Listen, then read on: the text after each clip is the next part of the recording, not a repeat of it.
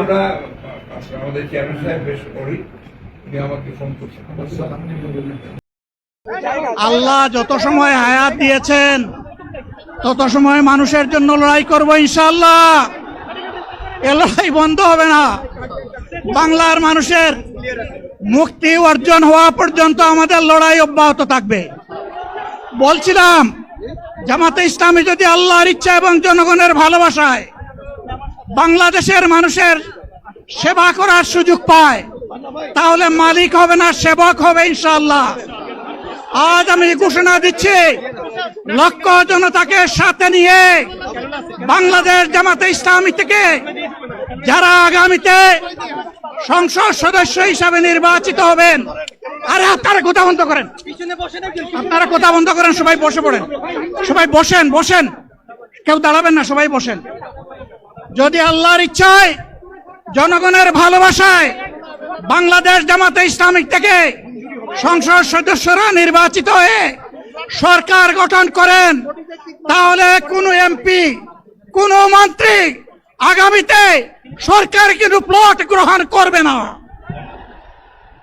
কোন এমপি এবং কোন মন্ত্রী ট্যাক্স বিহীন কোন গাড়ি চড়বে না। কোন এমপি এবং কোন মন্ত্রী তার নিজের হাতে কোনো টাকা চালাচালি করবে না। কোন এমপি এবং কোন মন্ত্রী যদি তার নির্দিষ্ট কোনো কাজের জন্য বরাদ্দ পেয়ে থাকেন, কাজ শেষ হওয়ার সাথে সাথে বাংলাদেশের 18 কোটি মানুষের কাছে তারা তার প্রতিবেদন তুলে ধরতে বাধ্য হবে। সম্মানিত বন্ধুগণ, চাঁদা আমরা নিব না, দুর্নীতি আমরা করব না, চাঁদা আমরা নিতে দেব না, দুর্নীতি আমরা সহ্য করব না। এই বাংলাদেশটাই আমরা দেখতে চাই।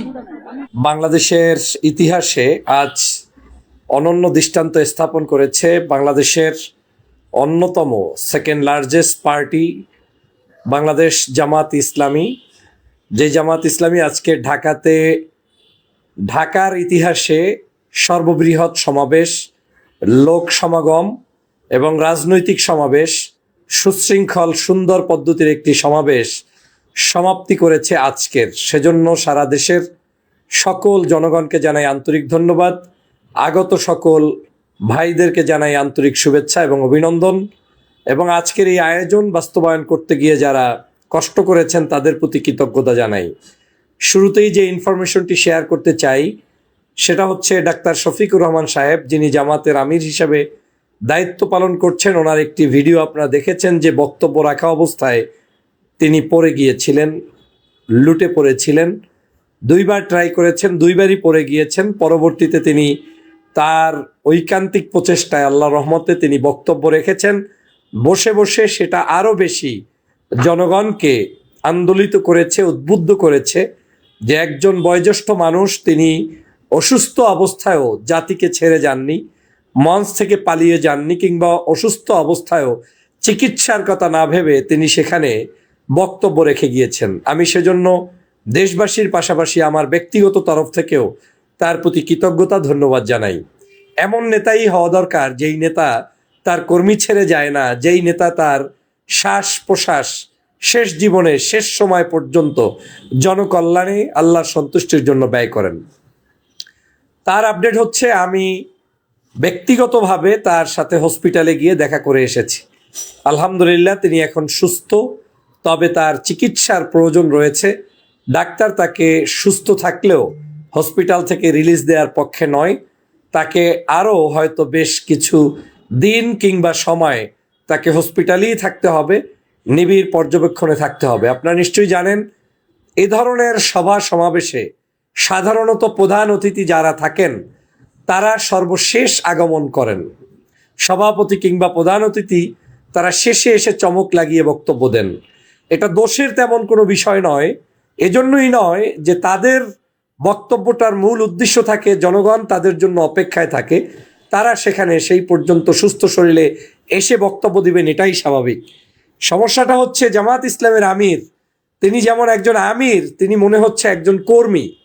তিনি যেমন সাধারণ অন্য অন্য রক্ষণরা কিংবা তাদের যে দায়িত্বপ্রাপ্ত ব্যক্তিরা যেভাবে কাজ করছেন, মনে হচ্ছে উনি তার চাইতে আরো শতগুণ বেশি কাজ দিনরাত 24 ঘন্টা করছেন। এ কারণেই আমার মনে হয় তিনি অসুস্থ হয়ে পড়েছেন। রোদ বৃষ্টি উপেক্ষা করে তারপরে তার শারীরিক এই বয়স্ক অবস্থায়ও তিনি হয়তো নির্ঘুম কাটিয়েছেন। সময়গুলো এভাবে পার করার কারণে আজকে পর্যাপ্ত পরিমাণ সুস্থতা তিনি বোধ করতে পারেননি। এবং আজকে দেখেছেন হয়তো প্যান্ডেলের ভিতরেও সেই রকম ভাবসা গরম ছিল, সেখানে তিনি অসুস্থ হয়েছেন। কিন্তু আমি অবাক হয়েছি যে তিনি চাইলেই পিছনে ওয়েটিং জোনে ওয়েট করতে পারতেন, কিন্তু আমি দেখেছি মঞ্চে এসেছেন তিনি 2টার সমাবেশ 2টারও আগেই, মানে আমাদের গেস্ট যারা ওখানে উপস্থিত হয়েছে তার চাইতে অনেক আগে তিনি উপস্থিত হয়ে প্রমাণ করে দিয়েছেন যে তিনি সময়ানুবর্তিতা রক্ষা করেন। তিনি এখানের একজন অতিথি নয়, বরং এটা তার বাড়ি, সবাইকে তিনি দাওয়াত দিয়ে এনেছেন, তাই তিনি সবার সামনে সর্বাগ্রে উপস্থিত হয়েছেন। এ কারণেই আজকে তার এই বক্তব্যের সময় আমার কাছে মনে হয়েছে এই যে বর্তমান শারীরিক অবস্থাটা তৈরি হয়েছে এটা তার এই অক্লান্ত পরিশ্রমের কারণেই। তারপরেও তিনি জাতির মডেল হয়ে থাকলেন, দেশবাসীর কাছে একটি আদর্শের প্রতিচ্ছবি হয়ে থাকলেন। এটা অবশ্যই যুব সমাজ সহ আমাদের জন্য, আমাদের ভবিষ্যৎ বাংলাদেশের জন্য অবশ্যই একটা অনুকরণীয় দিক হিসাবে থাকবে। তিনি বর্তমানে সম্পূর্ণভাবে নিরাপদ আছেন ইনশাআল্লাহ। সকল মানুষের দোয়া প্রত্যাশা করি এর মতো একজন ব্যক্তি আমাদের মুরব্বি হারা আমরা যাতে না হই, সে যে দলের হোক, যে মতের হোক, যে আদর্শের হোক। একজন বাংলাদেশের জাতীয় বীর এবং নেতা শূন্য হওয়াটা দেশের জন্য যেমন ক্ষতিকর, রাজনীতির জন্য চরম একটি দুশ্চিন্তার কারণ হতে পারত। কিন্তু আল্লাহ পাক তার দীর্ঘ হায়াত রেখেছেন বিধায় তিনি স্টেজে যে অবস্থায় পড়ে গিয়েছেন তাতে মানুষের হাত ভাঙতে পারে, পাও ভাঙতে পারে, মেরুদণ্ডের ক্ষতি হতে পারে, ব্রেইনের ক্ষতি হতে পারে। সব কিছু উপেক্ষা করেও আল্লাহ পাক তাকে যে হেফাজত করেছেন এটা আমি মনে করি সারা বাংলাদেশের মানুষের দোয়া এবং ভালোবাসার কারণে। তো দেশ বিদেশ থেকে যারা দুশ্চিন্তাগ্রস্ত অবস্থায় আছেন আপনাদের জন্য, সেজন্য তার নিউজটি আমি এই ক্ষুদ্র মানুষটি সর্বাগ্রে লাইভে জানিয়ে দিলাম যে আল্লাহ পাক তাকে এখন পর্যন্ত সহি সালামতে রেখেছেন, হসপিটালেই আছেন। হয়তো আরও কিছু দিন বা সময় তিনি সেখানে থাকবেন এবং আল্লাহ তাকে দ্রুত সুস্থতা দান করুক, সেজন্য আপনাদের সকলের দোয়া প্রত্যাশা করছি, কামনা করছি। দ্বিতীয় যে বিষয়টি বলতে চাই, আজকের জামাতের আপনারা জানেন আমি যখন যে সভা সমাবেশ কিংবা প্রোগ্রামে যাই আসার পরে একটি সামারি দেওয়ার চেষ্টা করি যে আসলে সেখান থেকে আমাদের শেখার কি আছে। আজকের জামাত ইসলামের ভাইয়েরা যে শিক্ষা বাংলাদেশকে দিলেন, জাতিকে দিলেন, এটা অবশ্যই রাজনীতিতে নতুন একটি দিগন্ত স্থাপন করবে। কোনো হুড়হুল্লোড় নেই, বক্তাদের মধ্যে কোনো কারাকারি নেই, টাইমিং নিয়ে কেউ কোনো অতিরঞ্জিত বাড়াবাড়ি নেই। যাকে যতটুকু সময় দেওয়া হয়েছে সে ততটুকু সময়ের মধ্যে বক্তব্য দিচ্ছেন। কেন্দ্রের যত বড় নেতা তারপরেও তার টাইম শেষ হয়ে গেলে তাকে পিছন থেকে গিয়ে ওই দলেরই ক্ষুদ্র নেতা গিয়ে, উপস্থাপক গিয়ে বলছেন আপনার টাইম শেষ, সময় সংক্ষিপ্ত করতে হবে। ভয়ে দ্বিধাহীনভাবে এভাবে যে কাজ পরিচালনা করতে পারছেন এটা একটি আদর্শ সংগঠনের রূপরেখা ছাড়া অন্য কোথাও সম্ভব বলে আমি মনে করি না। এই মঞ্চ সজ্জিত, ঢাকা শহরের প্রত্যেকটি অলি গলি সজ্জিত, কি দিয়ে সজ্জিত? লোক দিয়ে সজ্জিত, যেটা আমাকে আনন্দিত করেছে, উল্লাসিত করেছে, আবেগতাড়িত করেছে। আজকের ঢাকার এমন কোনো রাজপথ ছিল না যেখানে তাদের দলীয় মিছিল হয়নি কিংবা তাদের দেশ নিয়ে ভাবনার স্লোগান হয়নি। রোডঘাট কোথাও কোনো মানুষের ভিতরেও অস্বস্তির কোনো জিনিস আমি দেখতে পাইনি। মনে হয় যেন জনগণ অপেক্ষা করছিল এরকম একটা দিনের যেদিন তারা সবাইকে ওয়েলকাম জানাবে। ঢাকাবাসীকেও আমি সেজন্য ধন্যবাদ জানাই, কারণ তারা সেই জায়গায়ও আজকের যথেষ্ট পরিমাণ সহযোগিতা করেছে এত বড় সমাবেশকে সুন্দরভাবে বাস্তবায়ন করার জন্য। দেখেছেন সমাবেশ শেষ হওয়ার সাথে সাথে শৃঙ্খলা বাহিনীর তাদের যারা লোক রয়েছে তারা সেটা পরিষ্কার পরিচ্ছন্ন পর্যন্ত করছে। ঢাকা বিশ্ববিদ্যালয়ের ক্যাম্পাসগুলোতে পরিষ্কার পরিচ্ছন্নতা করছে। তাদের জাতীয় পর্যায়ের নেতারা সেই পরিষ্কার পরিচ্ছন্নতায় অংশগ্রহণ করছেন। কি সুন্দর দৃশ্য! তাদের মাইক, শ্বাস সজ্জা, তাদের মানুষের আগমন, তাদের প্রত্যেকটি কার্যক্রম, গেট থেকে শুরু করে ম্যানেজমেন্ট থেকে শুরু করে কোন অংশ রেখে কোন অংশ বলবো, আমি সবগুলো দেখে আবেগ আপ্লুত। এটা একটি আদর্শবাদী সংগঠন বিদায়ী তারা সেটা করতে পেরেছে। বক্তাদের ক্ষেত্রেও তারা তাদের সর্বোচ্চ স্যাক্রিফাইস করে তারা চেষ্টা করেছে বাংলাদেশের বিভিন্ন কর্নার থেকে মানুষগুলোকে ডেকে এনে একটু হলেও সময় দিয়ে সেখানে সবার সাথে সুযোগ করে দেয়ার। সেজন্য আমি ধন্যবাদ জানাই আজকের এই আয়োজক কমিটি সহ সবাইকে। বিশেষ করে এত বড় একটি সুশৃঙ্খল প্রোগ্রাম, আমিরে জামাত অসুস্থ হলেন, মুহূর্তের মধ্যে অ্যাম্বুলেন্স হাজির, তাদের নিজস্ব ভলান্টিয়ার হাজির, তারা তাদের কাছে নিয়ে গেলেন। আপনারা দেখেছেন প্যান্ডেলের ভিতর থেকে তথা সোহরাওয়ার্দী উদ্যান থেকে বহু মানুষ অসুস্থ হলেন, তাদেরকে শৃঙ্খলা বাহিনীর লোকেরা নিয়ে যাচ্ছেন, ভলান্টিয়াররা নিয়ে চিকিৎসা দিয়ে দিচ্ছেন। আজকের এই অনুষ্ঠানটিতেও শহীদ হয়েছেন কয়েকজন ভাই, সম্ভবত 2 থেকে 3 জন ব্যক্তি আসার পথে অ্যাক্সিডেন্ট কিংবা একজন ব্যক্তি এই অনুষ্ঠান চলা অবস্থায় মৃত্যুবরণ করেছেন। আল্লাহ পাক তাদের জান্নাতের সুউচ্চ মাকাম দান করুক। আমার জীবনের দেখা যত বড় বড় সমাবেশে গিয়েছি কিংবা মাহফিলে গিয়েছি, আমি আজকের বলতে বাধ্য হচ্ছি, এই প্রজন্মের কাছে ইতিহাস সৃষ্টিকারী, ঢাকার বুকের সর্বোচ্চ ইতিহাস সৃষ্টিকারী এরকম সমাবেশ আমার চোখে এখন পর্যন্ত দেখা হয়নি।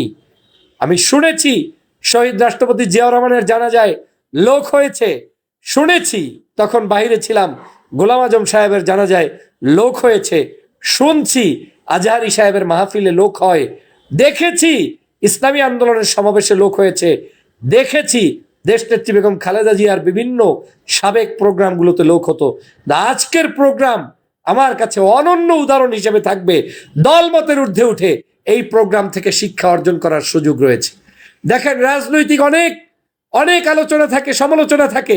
আজকেও যখন আমিরে জামাত অসুস্থ, বিএনপির মহাসচিব মির্জা ফখরুল ইসলাম আলমগীর সাহেব কিন্তু ইতিমধ্যেই তার কাছে হসপিটালে গিয়ে দেখা করেছেন। আমরা হসপিটাল থেকে বের হয়েছি, তার 2-1 মিনিটের মধ্যেই সম্ভবত তিনিও প্রবেশ করেছেন। তার মানে হচ্ছে রাজনীতিতে আলোচনা থাকবে, বক্তব্য থাকবে, মতামত থাকবে, কিন্তু সৌন্দর্যতাও থাকতে হবে।